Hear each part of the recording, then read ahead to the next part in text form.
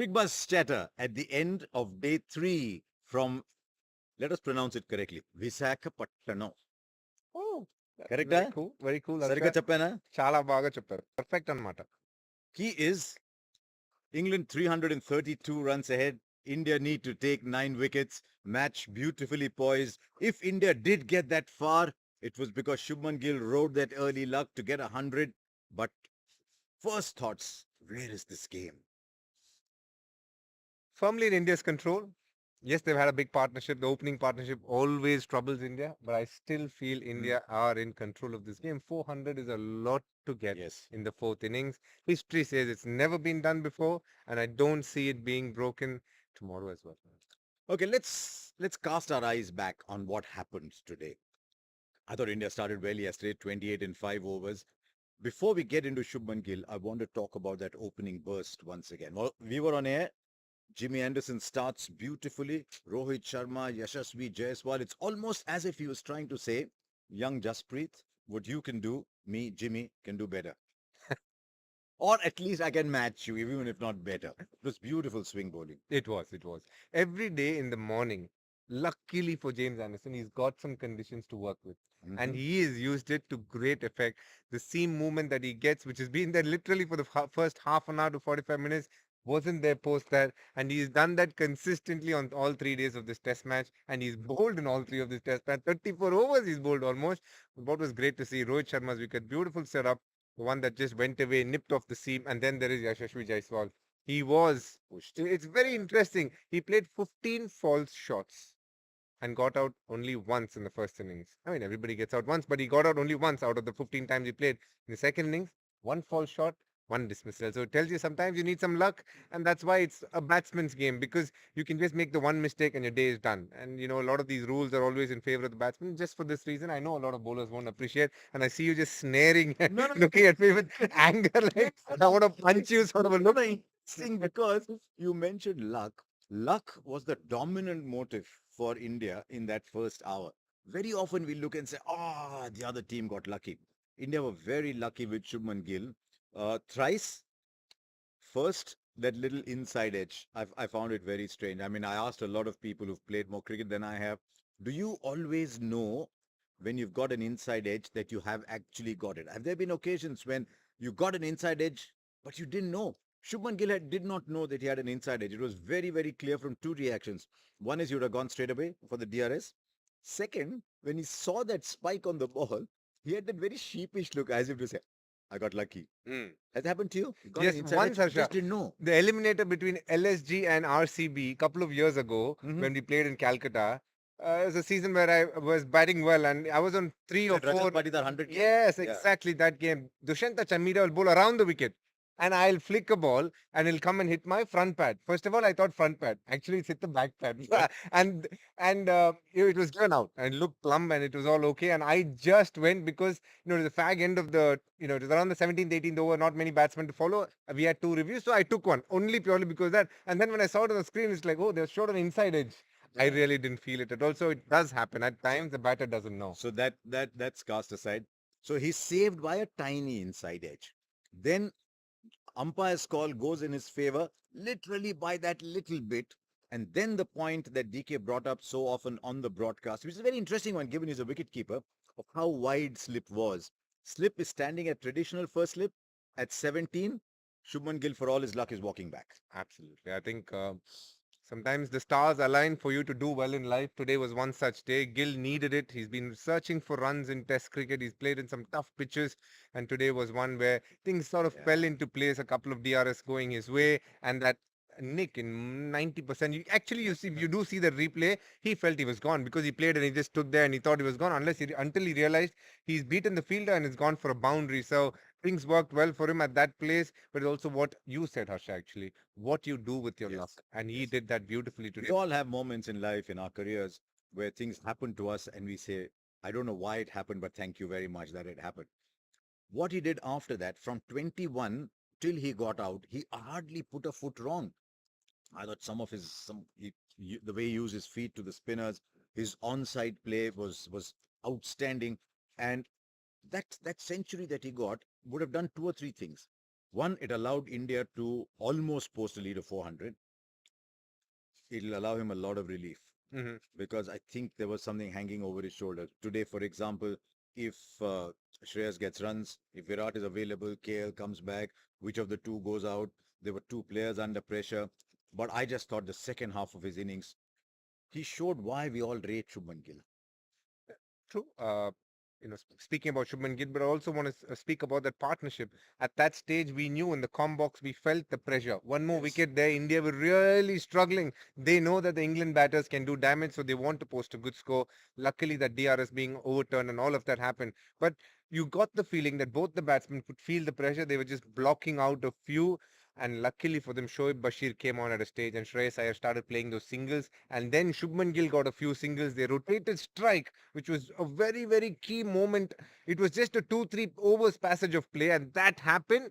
And then things started flowing. They put on Shubman an Gill 80. took over and then he played some lovely shots. Shubman Gill was the aggressor, but the ability to take singles initially in that partnership came from Shreyas, and then things started rolling and they played beautifully. Shreyas Iyer, obviously, unluckily getting out to a really big, rather good catch at that stage. Shubman Gill, on the other hand, was unstoppable, played some lovely shots, played the field, hit gaps, was looking constantly for runs. And you know when he's batting well how good he can look. And we've seen He that. looked We've all seen excellent. it. Yeah, so fabulous innings from Shubman Gill. There were two moments around Shubman Gill's batting that I want to talk about. One is Ben Stokes just comes inside, and it's almost as if he's inviting Shreyas Iyer to go over the top. I was on air. That catch happened right below us. There was no way I thought he's going to get to Ben Stokes is going to get there because first of all he had to turn, then he had to run sideways. Ben Stokes with that dodgy knee wouldn't have got to 2 yards near that ball. True. But it's the fitter Stokes. It was a catch for the ages, brilliant. And then the catch that he's going to go to lengths to talk over, I suspect.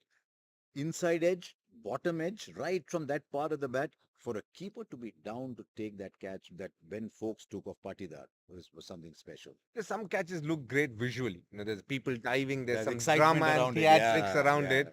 Ben Folks happens in a split second, and it was a brilliant catch inside it, keeps low, and the way it just beautifully nestles in the glove. That for me is real good, high quality keeping. Again, the last wicket, Ravi Ashwin, wasn't an easy take by any chance. A lot of keepers would have dropped that.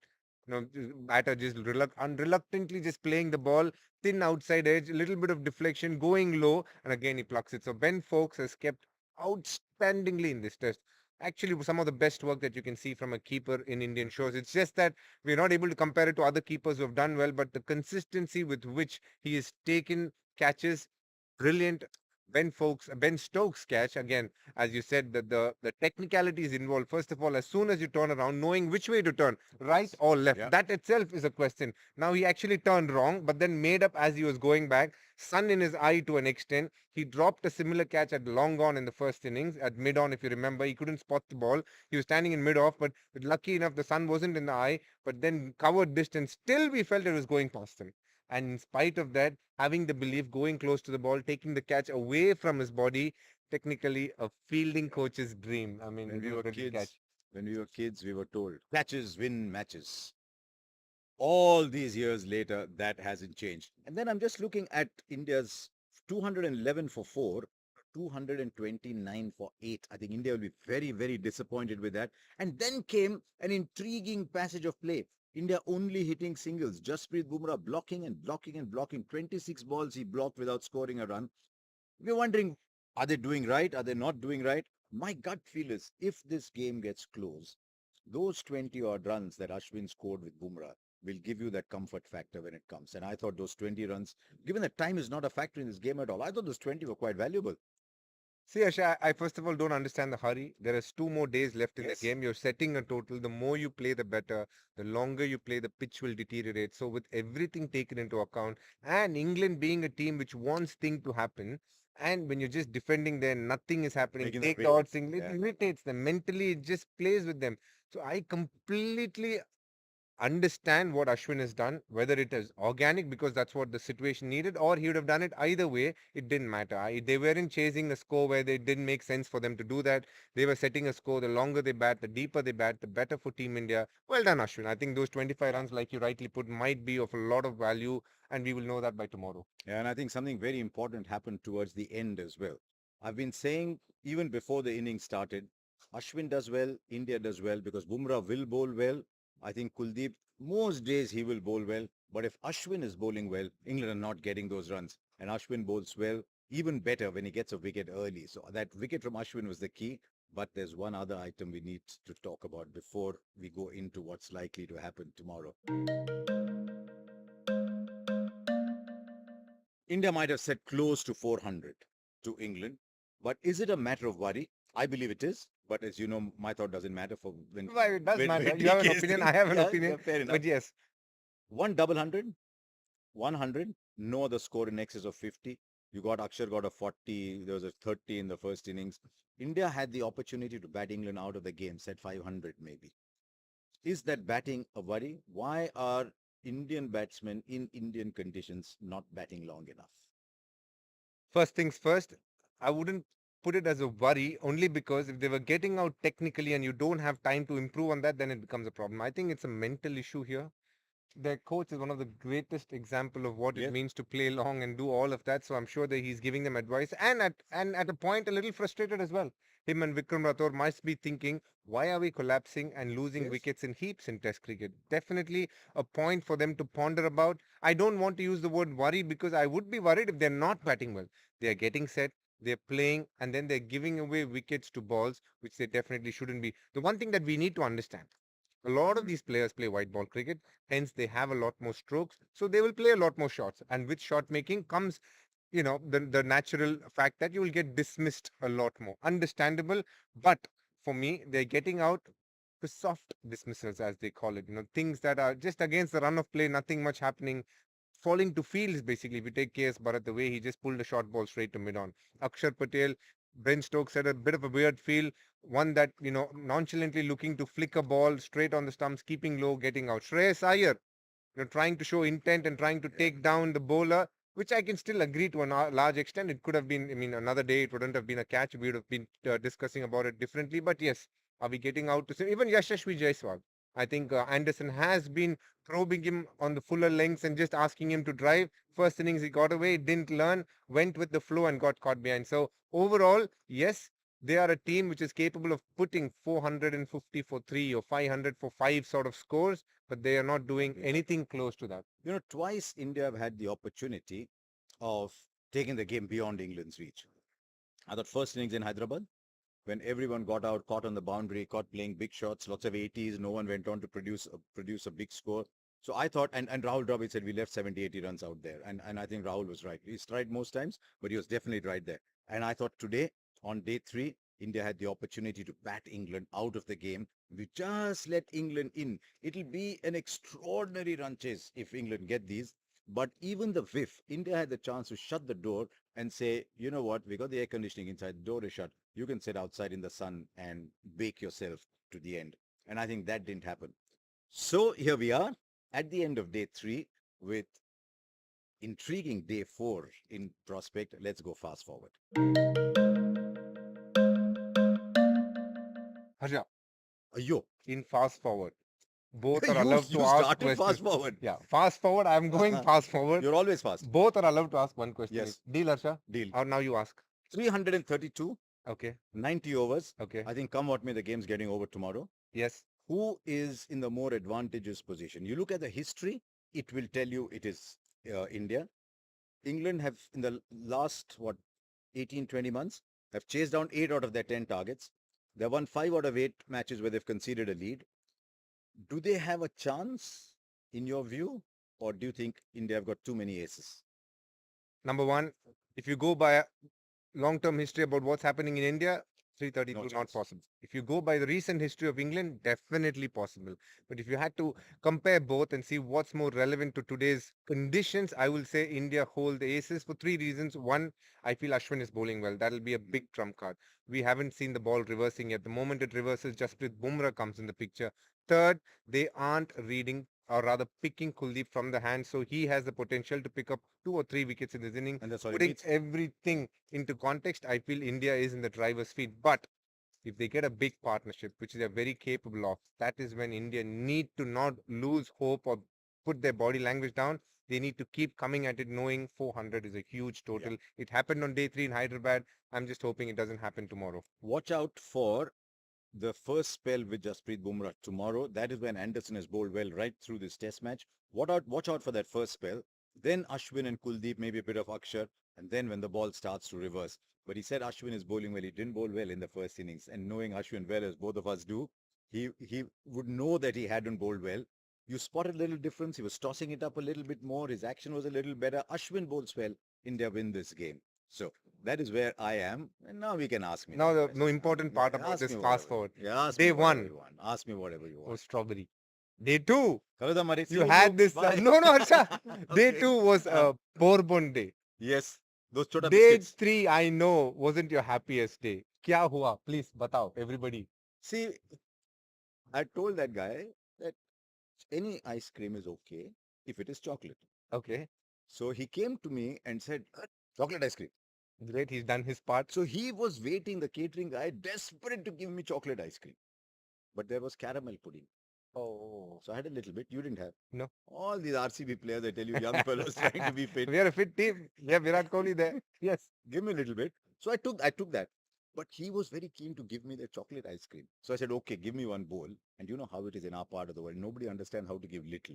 So one huge helping of chocolate ice cream arrived. Like a bit like India's batting, it wasn't the best. Now, for all you people in Vizag having ice cream parlors, we have a master chef here who judges desserts. If you want to say how good yours is and want to get judged by the great Harsha Bhogle, who's a connoisseur of desserts, you've seen what he likes, go for it. Let me pull my stomach in That's- because I realized You know, it's at not a the frame point, is you, that at a much. point, you have to realize that no matter what you pull and it is going to be there, it's okay. Enjoy life, Harsha. That is the peril of doing these programs with these young players. You know, they're all fit. Okay. Harsha, learn to I- breathe, Harsha. Don't take it too far. I only hope that the poor guy who served ice cream is not watching Cricbuzz. Ordinarily I hope everyone watches Cricbuzz, but I hope he isn't.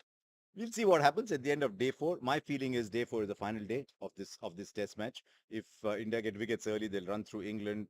If England have to get the runs, they'll get those. They'll get those anyway. And DK will not have a question at the end of day's play tomorrow. No. That is the most important part of Cricbuzz Chatter, but we will come back to you. I'll have a question for sure. Thank you, and we'll be back tomorrow. Kaladamari. See you.